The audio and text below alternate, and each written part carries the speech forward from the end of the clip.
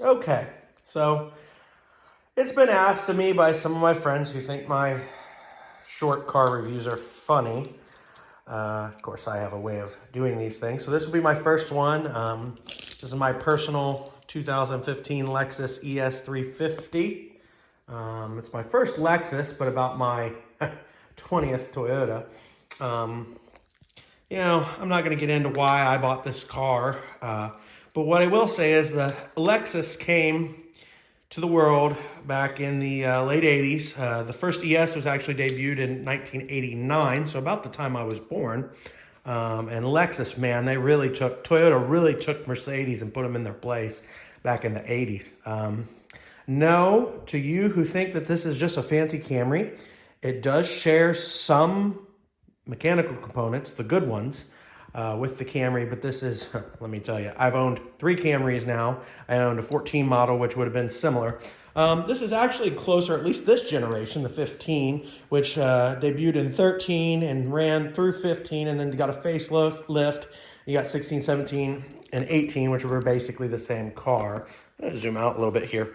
Sorry I had to do this in my garage, just don't have a lot of space, but it's quite a bit longer than a Camry. But on the exterior, it's definitely Toyota. Let's take a look at the trunk here. The boring part of the car. My only complaint about this trunk is the seats do not fold down, but this thing is huge. I mean, it goes all the way back. It's got a pass through for your skis or your guns or your drugs or whatever you want to carry in the back of this thing. You do have a net here that the wife can put her groceries in or whatever, to hell with all that. But it's a nice looking car. Now here, let's get to the good part. This is one of my favorite parts of this car. And I owned a 21 Camry TRD, which came with the newer drivetrain that they actually put in these cars, the 301 horsepower 2GR FKS, which debuted in the 18 Camry and then was in the 19 ES that came with the 8-speed. I really didn't like that setup. And I don't know if it was the engine or if it was the transmission, but first gear was way too short, second was too long, third was too long. Stock to stock, I really feel like these 6-speed cars with the 2GR FE are just far superior. This particular model has 268 horsepower on 87 octane is what they claim. And then I've seen other figures. I think you get a little more horsepower if you put premium in it, but there really isn't a point. It's an ES, it's front wheel drive. You're not going out and winning any races in this thing. But here we are. Try to do this with one hand. This engine is an absolute gem. I have nothing but good things to say about this 268 horsepower engine paired with the 6-speed transmission. I mean, it's not going to beat a 5.0 Mustang. It's not the fastest thing in the world, but damn are they reliable. They're reliable, they're smooth, they're buttery. I mean, this thing is literally, and when you want to go piss off a Honda at a stoplight, this thing will do it. 0 to 60s all over the place in these things. My 14 Camry was a little lighter. That car would easily do 5.7 seconds to 60 with proper traction. This one I have gotten, on 87 octane, no tuning, nothing. This is a completely stock car, quiet. I would say stock to stock, this will beat the newer one because my TRD was lighter than a new ES, smaller than a new ES, and stock to stock, this thing would run right with it. Now, once you tuned it and did that kind of stuff, yeah, I think the TRD was faster, especially on the top end, but this is stock. I've not tried tuning it. Why would you want to tune this? This is a luxury car. This isn't a car you're going to go out and try to win races in, but this motor and transmission combo has been in everything from a Camry to a Sienna to the Highlander, Lexus. This is the 2GR FE, so this is the non-direct injection. This is port injection. The 2GR FKS that I had in my TRD is the direct import injection. Supposedly it makes more power. I don't really think it makes that. I think this car would run right with that one. That's just my opinion, stock to stock. But let's talk about what really makes the difference between a Lexus, other than, okay, back then, this was a big deal back then. Get your fancy little Nike style lights, It's a lovely car. I mean, it really is. It screams Japanese luxury. And actually, the reason I chose this, I looked and looked and looked. I could have got a newer ES. But this was the last year that they made the ES in Japan. And to me, the fit and finish of the Japanese cars, because keep in mind, my first Camry, my 14 XLE, was a J-VIN Camry. That's rare. And how you know the difference, and I'm going to block off part of my VIN because I don't know what people could do with this, but see, J-VIN. That means that this car was actually manufactured in Japan, not in the United States. And, you know, I hate to talk bad about... where is it? By Toyota Corporation, made in Japan. Okay, and I probably just gave my VIN, whatever. But this is what makes a Lexus a Lexus, okay? And I can tell you, I've owned a lot of Toyotas, and my complaints have always been chintzy doors. You do not get that with this. This is a bank vault.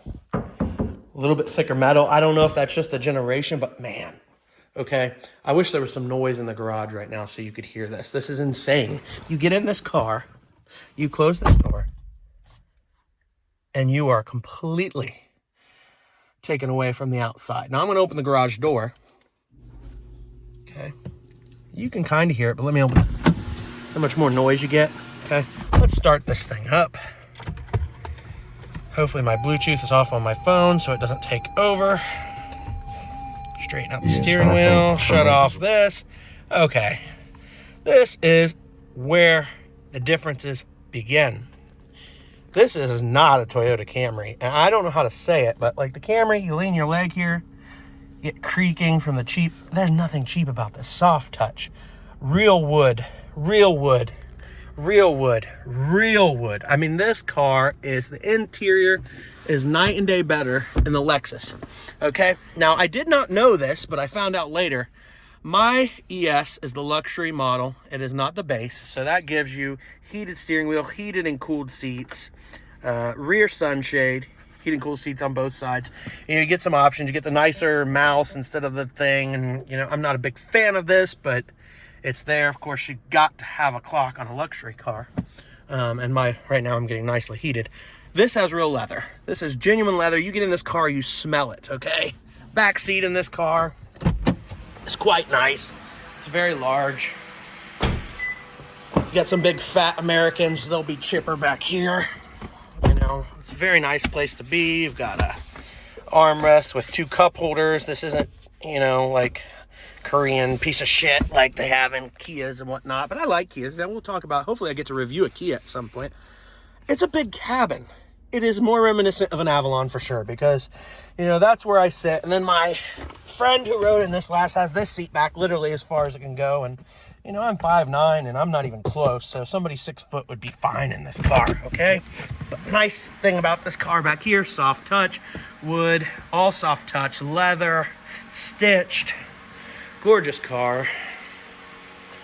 This one does have the 17-inch wheels if you got the ultra luxury package, which gives you seat extensions, thigh extensions on the actual seats, a pano roof, black top, and it gives you the 18-inch wheels.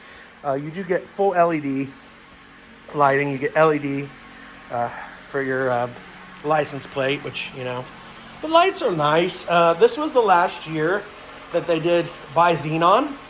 So these are actually, this part's LED, that's incandescent. I'm not sure. Toyota has an obsession with incandescent fog lights up until their newer Lexus models.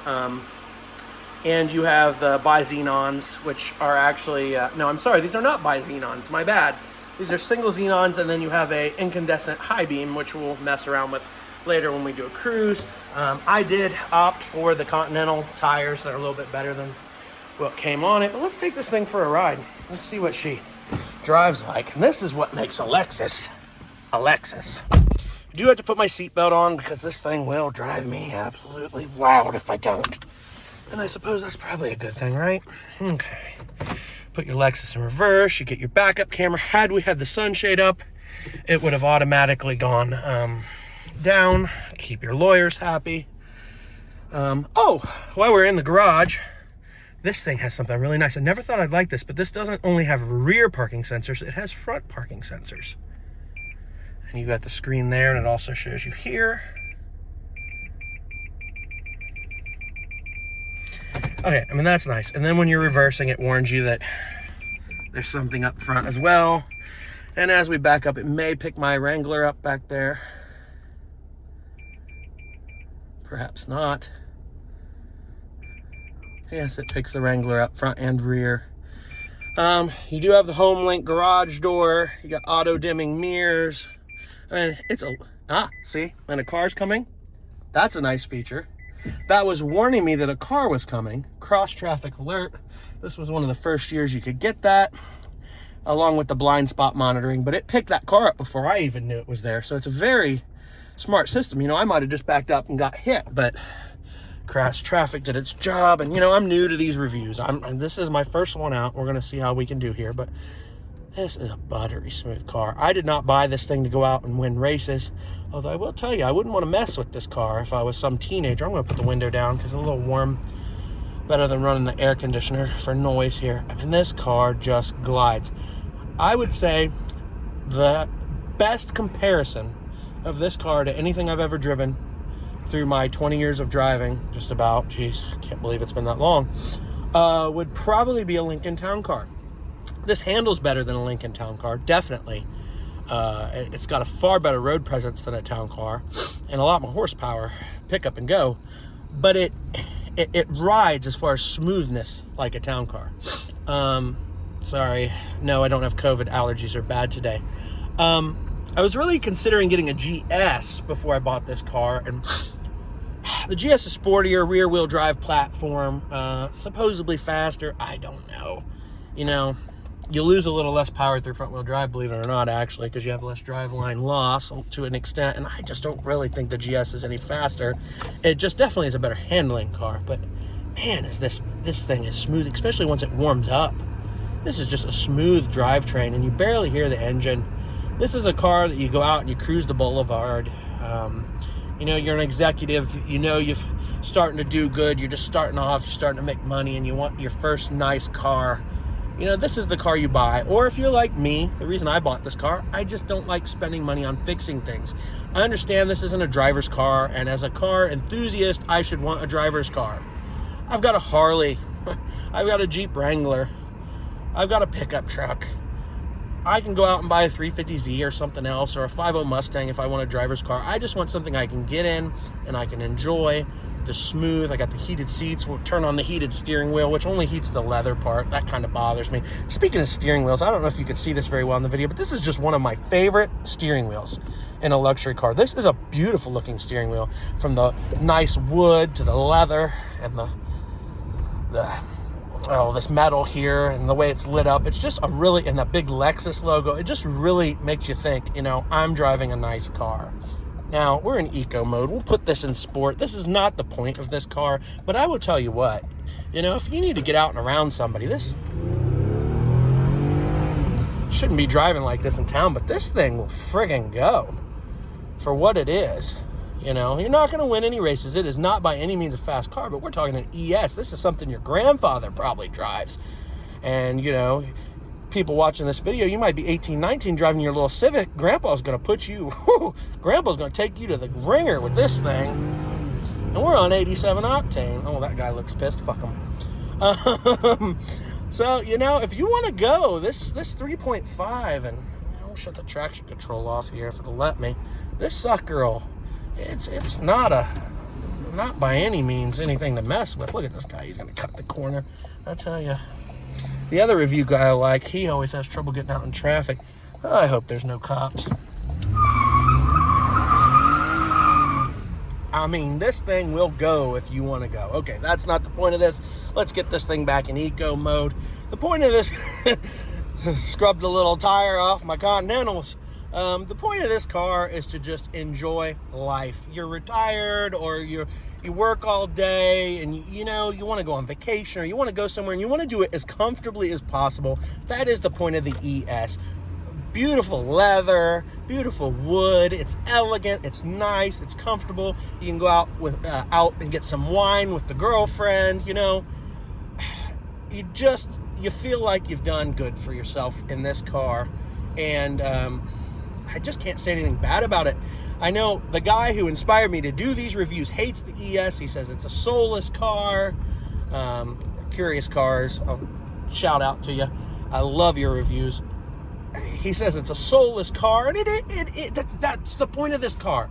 This car is to make you feel detached. This car is so that you can drive around. I mean, for a guy who, not to hate on him, but for a guy who likes the Lincoln Town Car, which this car to me is, other than being front wheel drive versus rear wheel drive and a little bit difference in exterior sizing, this car is as close modernly as you can get to a Lincoln Town Car with the quality, because you got to think, the thing that was so great about a Lincoln Town Car, on top of the fact that it was absolutely wonderful luxury car of the time. I mean, you saw executives in that car. It's just it's a wonderful car. I had them my entire life. My parents' first car I remember riding in was my mom and dad's 1986 Lincoln Town Car Presidential. Lovely car, and that thing glided. It was a white with a blue carriage top, had the spoked wheels that everybody liked. And sorry, I have the window down, that's why there's wind. I have to turn the air conditioner on. This car is just so quiet when you're in it. You got your not by xenons, I'm sorry. And I probably upgrade these to LED at some point, the lights that turn on for the high beams. But anyways, back to what I was saying. And we got a car coming. This does have automatic wipers. The one option this car does not have, which surprises me because most of my Toyotas had it, even ones this old, is it does not have auto brights. My mom's car, which I'll be doing a review on, her 2012 RX, it might be a 2011 RX, I had to look. It does have automatic brights, and she actually has, and this guy's got his brights on anyway, so I guess we'll just turn mine on as well. Fuck him. Yeah, shut yours off there, didn't you, you asshole? And then braked on me. Yeah, like you could catch me in that piece of junk if you wanted to. He was driving an Equinox. Surprised his head gasket hasn't blown yet. Anyways, back to what I was saying. Comparing this car to the town car, not only from the luxury car standpoint, in my opinion, does this car compare to a town car, but what made a town car so great was the fact that you could just drive them forever. In fact, my mom's last town car that she got rid of to get her Lexus, which hers only has 50,000 miles, mine's already got 70, which is nothing for a Lexus, let's be honest. The point of the town car was they just lasted forever. They never broke. And if they did break, parts were cheap because they never broke.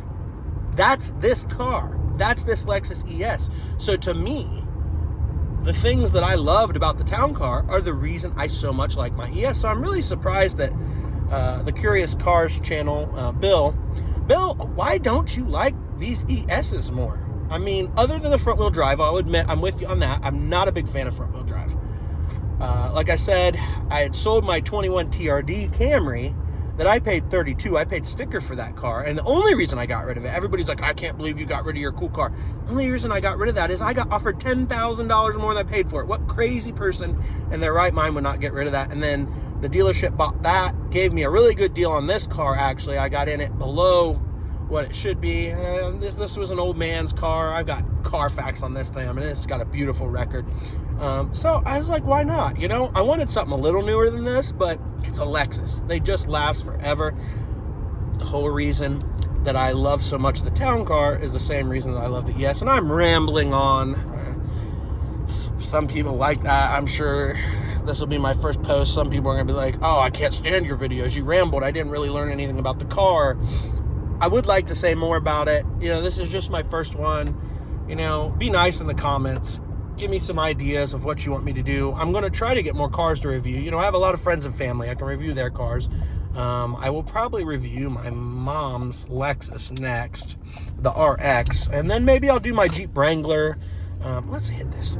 Even in eco mode. I mean, it's not fast, but it's not slow. And I got that guy to turn his brights on because the front end lifted up so much on this thing. It's not fast by any means. But in a world of four-cylinder Civics and four-cylinder Camrys and four-cylinder Hyundais, this car, it'll take on the masses. You're not going to take out a 5.0 Mustang. You might keep up with an EcoBoost Mustang. The one I drove I wasn't impressed with, frankly. You'll keep up with some of your racers and things like that with this car pretty easily, and you'll look a lot more elegant, and let me tell you, feel a lot more elegant as you're passing them than they probably are in their turd. But anyways, it's funny. Like I said, we're gonna pull back out onto this road. We'll hit it a little bit. Watch the headlights. They actually lift on this thing. It's got so much torque, and then the cars ahead of me think that I'm flashing my brights at them. What can I say? You know, we're coming up on 20 minutes. I'm not going to go too much further with this.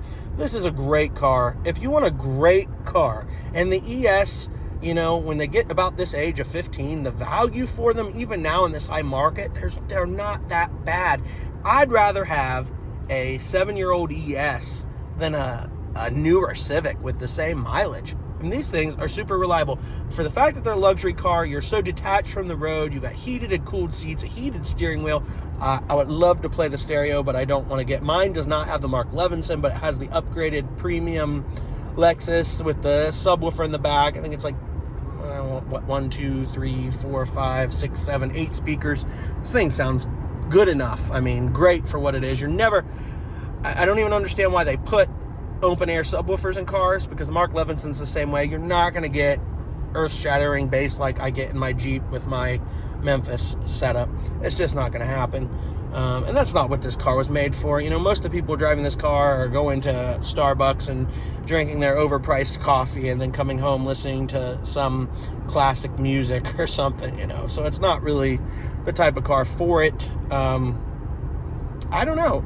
I like the car. And I don't know that my next car will be an ES.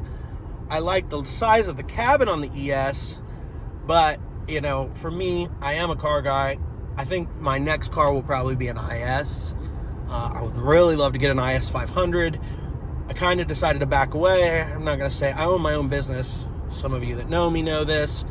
And with the way things are right now, as much as I'd love to throw the money into the car, as much as I probably could go find an IS 500, it's not the time right now. Things just aren't that great in this country. The economy's not doing so good. So this was a good choice. This car, cheap. So, you know, it is what it is. Hate doing nighttime stuff, but hopefully this video turned out all right. I'll upload it, and either people are going to hate me or they're going to love it. We'll see. This is my first one. 2015 Lexus es350 3.5 liter. Amazing Toyota Lexus engine. This is the luxury package. This car came in right under $50,000 sticker back in 2015. So any questions, comments, whatever, just leave them at the bottom. Appreciate y'all. Goodbye. Oh, wait, goodbye. And we'll do what my favorite reviewer does, and we'll hit it one more time here before we shut her down. Traction control killing me, and we're accelerating. Great car. Good night.